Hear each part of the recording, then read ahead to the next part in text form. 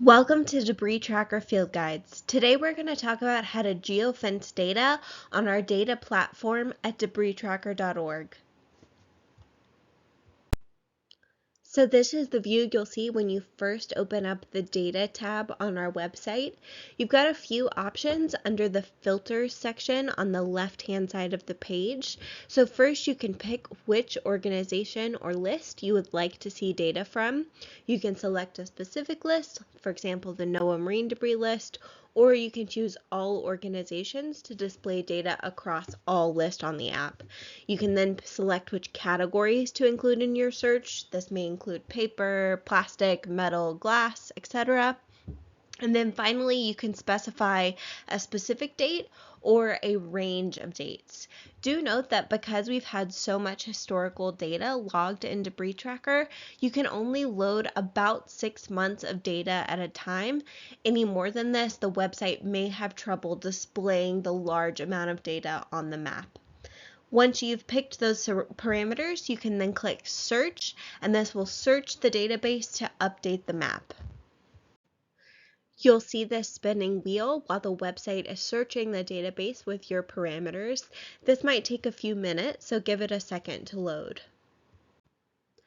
So this is what you'll see once the data has updated and loaded. You'll see that the points appear on the map as well as a total of items and a distribution by category and top items breakdown. There's also a download selected data option under the search bar now. This will allow you to download a CSV of the raw data of this data set for the search parameters that you've set. So now we're going to get into how to geofence this large data set. So the first step is to zoom in on the map to your area of interest. In the upper right-hand corner of the map, you'll see a small polygon. When you click on that polygon, you can start to draw your geofence around your area of interest. To finish the geofence, you'll need to connect the start and end points of the polygon. Once this is done, you'll see that the vertices of the polygon disappear and it's just a full, complete rectangle now. You can draw whatever kind of shape that you want to fit your selected area.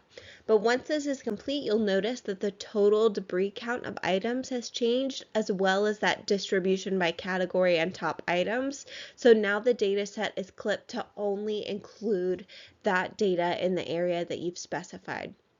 This also means that if you now go into download selected data to download the CSV of raw data, you'll only be downloading data from this geofenced border. If you have any questions on how to do this process, please feel free to reach out to us on Twitter, Facebook, or Instagram, or at debristracker101@gmail.com. We're happy to answer any questions.